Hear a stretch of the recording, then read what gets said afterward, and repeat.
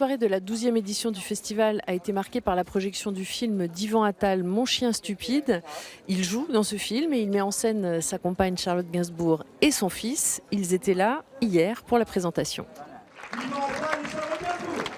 Une soirée marathon pour Yvan Attal et Charlotte Gainsbourg. Ils ont fait le tour des salles après la projection de Mon chien stupide. Ce qui nous a vraiment touchés, c'est l'enthousiasme et les réactions du public, qui avait l'air vraiment d'être touché par le film, quoi. Très bien. C'est vrai qu'on se retrouve un petit peu dans les personnages avec la vie qui est différente une fois qu'on a des enfants. On a trouvé que c'était une belle approche de la vie de famille pour un homme de 55 ans, quoi, qui voit le départ de ses enfants de la maison. Je m'appelle Henri Mohen. Il y a 25 ans, j'ai écrit un best-seller. Le film raconte l'histoire d'un quinquagénaire qui pense que sa vie ne correspond pas à ce qu'il voulait en faire. L'arrivée d'un chien dans sa maison va tout bouleverser. Et ici, sa maison.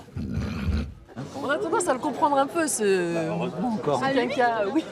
Et moi, non. Bah non, c'est moi qu'on suit dans ce film. On comprend pourquoi il en a ras le cul, quoi. Non, ça je suis d'accord avec vous. C'est vrai que tu les charges dès le départ, en fait. Tu nous charges tous dès le départ. Mais oui, mais parce que c'est ça l'histoire, il faut qu'on comprenne ce personnage tout de suite, quoi. Le film s'est fait en famille, le père, la mère, le fils. Un plaisir partagé. On est très occupés l'un et l'autre et je trouve que d'avoir pu se retrouver sur un tournage et de travailler ensemble pendant des mois, c'est un plaisir énorme de partager ça. Voilà, un petit moment de travail ensemble, c'est bon, très bon à prendre. Puis après, le fait que notre fils était avec nous, moi ça me rappelle le fait que j'ai commencé avec mon père. Enfin, Le film sortira en salle le 30 octobre. t'aurais préféré faire ta vie tout seul ? Le rêve.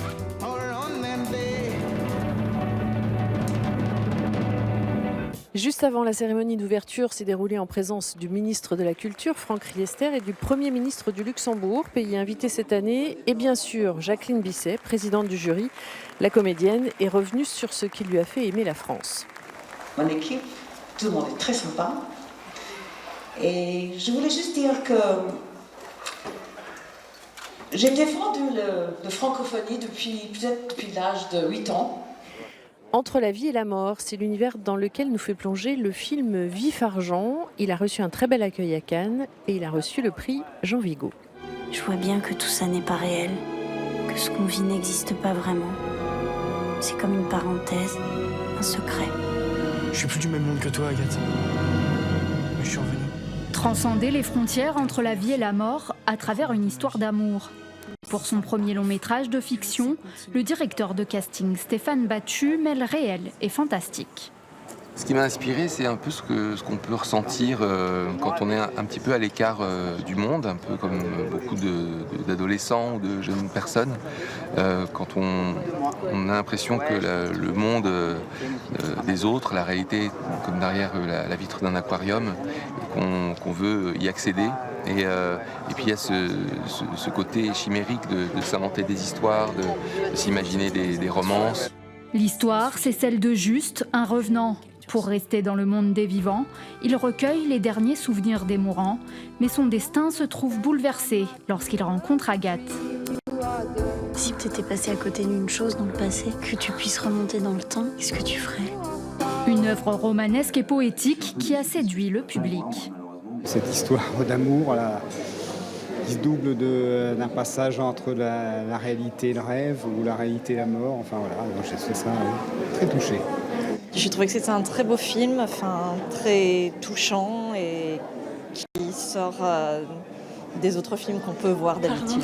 Oui. Le long métrage repose sur l'alchimie entre Juste et Agathe. Les deux acteurs se sont préparés bien avant le tournage.